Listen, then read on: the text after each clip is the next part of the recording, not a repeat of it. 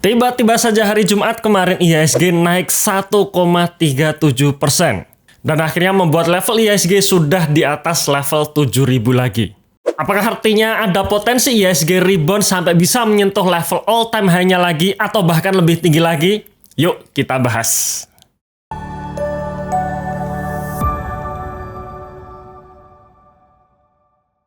Oke teman-teman sekalian, sebelum kita masuk ke pembahasannya, saya sarankan teman-teman untuk download ebook kami ya, karena kami sudah merilis ebook yang dimana ebook tersebut merupakan tips-tips bagaimana caranya kita bisa berhasil di pasar saham. Ebook tersebut free, beserta juga ada contoh saham-saham under value-nya. Linknya di bawah ini ya.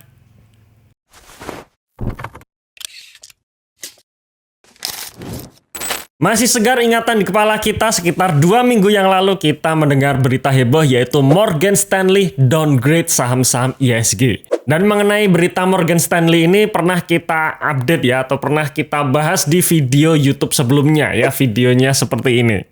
Yang dimana di video tersebut menjelaskan bahwa akibat dari Morgan Stanley mendowngrade saham-saham di Indonesia ini membuat saham-saham pada jatuh, asing-asing pada keluar, sehingga secara valuasi banyak saham-saham murah. Nah, bagi kita semua yang bisa memanfaatkan momentum seperti ini bisa menjadi batu loncatan atau menjadi momen untuk kita membeli bisnis-bisnis bagus di harga murah ya, mumpung katalisnya sedang negatif. Dan ini ada beberapa komentar-komentar yang saya setuju dan bisa menangkap maksud dari video tersebut ya. Beberapa di antaranya mengatakan seperti ini. Terima kasih Morgan Stanley, kesempatan beli di harga yang lebih murah. Kemudian ada yang mengatakan juga seperti ini. Ingat ya, kalau ada bad news dari asing, saatnya beli dan sebaliknya. Ada juga yang mengatakan seperti ini. Berarti saat Morgan berbicara itu kebalikannya. Memang di video tersebut ya kita tampilkan nih kira-kira berita apa saja yang akhirnya berkebalikan dengan apa yang dikatakan Morgan Stanley ya. Beberapa berita yang kita sharingkan seperti Arto. Menurut Morgan Stanley akan naik sampai ke 22.000. Ternyata setelah ke 19.000 jatuh sampai sekarang di harga 2.000. Kemudian ada berita Morgan Stanley akan mengkat ya atau mengatakan bahwa Bank Indonesia merupakan bank pertama yang akan menurunkan suku bunga tahun 2023 kemarin. Ternyata justru menaikkannya. Dan sebagainya. Nah, akhirnya setelah kita compare video tersebut, ada yang komentar seperti itu. Oke, komentar yang lain, Morgan Stanley nakut-nakutin aja biar dia bisa beli low, lagu lama. Ya, kemudian Morgan Stanley downgrade saham-saham Indonesia itu buat sebagian orang sentimen jelek. Mereka nggak paham kalau itu berita pesanan yang sengaja dikeluarin karena asing mau serok saham-saham di harga bawah. Jadi selamat nih buat teman-teman yang berkomentar atau memiliki mindset yang sama dengan saya. Jadi ketika ada katalis negatif membuat harga sahamnya turun, justru disitulah harga-harga saham menjadi murah. Kita bisa serok di bawah. Karena memang kebetulan pas kita bahas mengenai Morgan Stanley tersebut ya, IHSG pas lagi level bottomnya di sekitar level 6.700. Ya, jadi sekali lagi selamat buat yang sudah menangkap apa yang saya katakan di video tersebut.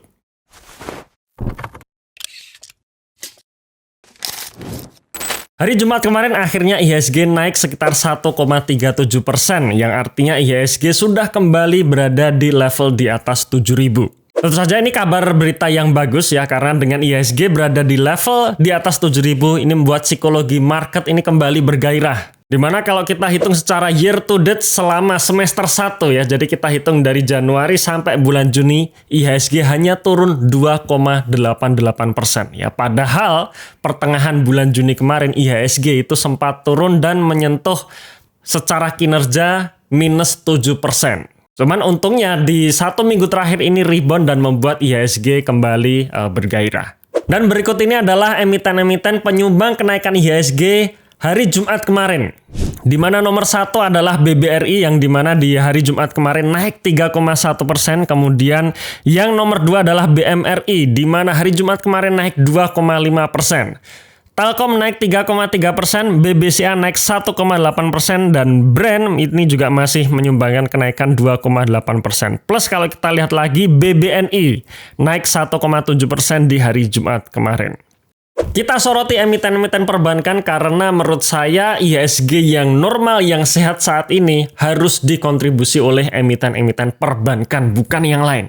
Dan sebenarnya mengenai review 4 kinerja emiten perbankan sempat kita bahas di video YouTube beberapa sekitar 2 minggu yang lalu ya, tepatnya tanggal 19 Juni 2024. Thumbnailnya seperti ini. Ya, 4 saham Big Bang rontok, mau serok yang mana? Dan ketika video tersebut kita publish ya, ini kebetulan sekali ya, pas sekali harga saham BBRI pas di level bottom di harga 4.100.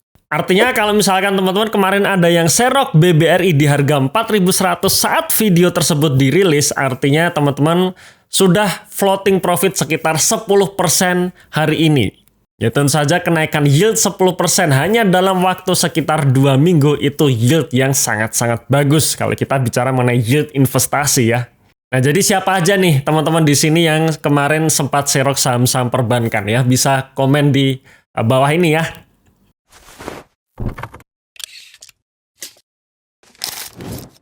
Oke, ini adalah gambaran IHSG sepanjang tahun 2024, di mana kalau kita lihat di kuartal 1 2024 ini IHSG selalu konsisten berada di atas 7.000 ya, di atas level 7.000. Kemudian masuk bulan Juni tiba-tiba jatuh sampai ke dasarnya sekitar di 6.700. Baru kemudian IHSG ini rebound ya, dan kalau kita hitung selama 1 minggu terakhir ya, 1 minggu lebih 2 hari IHSG naik sekitar 5%. Artinya kalau kita hitung secara year to date IHSG minus 2,88% ya sejak awal tahun 2024 sampai semester 1 berakhir atau akhir Juni 2024. Nah, sekarang kan pertanyaannya apakah bisa menembus level all time high-nya IHSG yaitu di level 7.440? Oke, ini cerita sedikit mengenai katalis yang membuat IHSG di kuartal 1 ini bagus ya. Sekali lagi katalis. Katalis inilah yang akhirnya bisa membuat IHSG naik ya, membuat asing mau masuk di Indonesia, yang membuat harga-harga saham tahun kuartal 1 kemarin ya, khususnya big caps-nya itu naik di kuartal 1 kemarin. Tapi memang hanya beberapa emiten-emiten big cap saja ya, ternyata tidak merata. Nah, bicara mengenai katalis makroekonomi Indonesia di kuartal 1 sudah rilis bahwa pertumbuhan ekonomi kita sangat bagus yaitu naik 5,11%. Di mana kenaikan ini lebih bagus dibandingkan kenaikan pertumbuhan ekonomi pada kuartal 1 tahun 2023 yang hanya naik 5,04%. Tentu saja ini direspon positif oleh market ya, oleh asing-asing masuk ke Indonesia, cari emiten-emiten yang memang dapat katalis positif ya saat itu. Dan akhirnya saham-saham seperti Brand ini naik cukup signifikan di kuartal 1 kemarin. Kemudian secara daya beli masyarakat di kuartal 1 ada perbaikan ya, atau daya belinya sempat naik. Kenapa? Karena yang pertama ada faktor pemilu. Ingat ya, kita kemarin pemilu presiden itu di kuartal 1 2024. Dan efek pemilu itu benar-benar kerasa, di mana membuat daya beli masyarakat naik. Kemudian yang kedua, momen Ramadan ya, bulan Ramadan atau bulan puasa itu juga terjadi di bulan Maret atau di kuartal 1 kemarin, di mana ketika orang-orang berpuasa justru konsumsi naik. Nah, jadi bisa dibilang kuartal 1 banyak sekali sentimen-sentimen positif ya, termasuk siklus bursa tahunan di mana kuartal 1 biasanya ada fenomena Januari Effect dan sebagainya. Lalu bagaimana dengan kuartal 2 saat ini? Sayangnya di kuartal 2 tahun ini banyak sekali katalis-katalis negatif. Kita bicara mengenai kebijakan ekonomi seperti suku bunga ya. Kita masih ingat ya, di kuartal 2 ini Bank Indonesia akhirnya menaikkan kembali level suku bunganya ya. Jadi suku bunga acuan BI naik di kuartal kedua ini. Tentu saja ini juga menjadi berefek kepada ekonomi di Indonesia yang melambat, di mana daya beli masyarakat menurun untuk kuartal 2 ini. Salah satu faktornya juga pasca pemilu ya. Jadi setelah pemilu selesai ya akhirnya di kuartal 2 ini pemilu sudah tidak ada pemilu, sudah tidak ada bantuan-bantuan atau dana yang digelontorkan ke masyarakat dari para elit partai yang membuat akhirnya konsumsi menurun. Termasuk juga masyarakat di kuartal 2 ini diberatkan dengan biaya UKT yang mahal karena pas mendekati kenaikan kelas atau masuk kuliah. Orang-orang juga sibuk untuk bagaimana caranya mencari uang dan menghabiskannya untuk biaya sekolah anak-anaknya. Kalian merasakan juga nggak? Saya merasakan juga loh. Di sisi lain ada kenaikan kurs dolar di mana dolar menyentuh level 16.400 dan tentu saja kenaikan dolar ini pertanda tidak baik untuk ekonomi real kita yang membuat harga-harga kebutuhan konsumsi kita juga naik. Dan kenaikan dolar itu artinya banyak asing yang keluar dari Indonesia. Lalu bagaimana dengan kuartal 3 dan kuartal 4 ini? Sebenarnya ada momen menarik untuk akhir tahun 2024 ini di mana pilkada akan berlangsung. Ya, dan ini juga pastinya akan membuat ekonomi kita terangkat ya gara-gara konsumsi saat kampanye.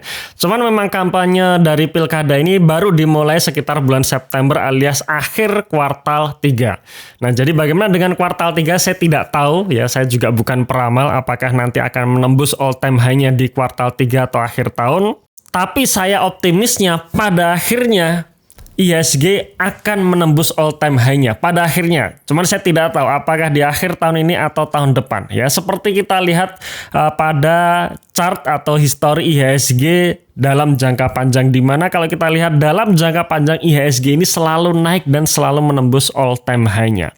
Kira-kira faktor fundamental apa yang membuat IHSG ini bisa selalu naik? Yang pastinya adalah faktor pertumbuhan ekonomi atau GDP kita yang terus selalu naik setiap tahun. Ya, kita lihat di sini GDP kita sejak tahun 2015 sampai 2023 ini konsisten naik ya, walaupun pernah turun di tahun 2020-nya. Sebenarnya sejak tahun 2021 bisa dikatakan stagnan ya, naik 2012 naik, kemudian mulai stagnan atau turun sampai di tahun 2015. Itulah kenapa secara fundamental tahun 2014 dan 2015 IHSG juga lesu ya, crash di tahun 2015 ya, waktu itu saya merasakan crash juga di tahun tersebut. Sampai akhirnya rebound sampai sekarang.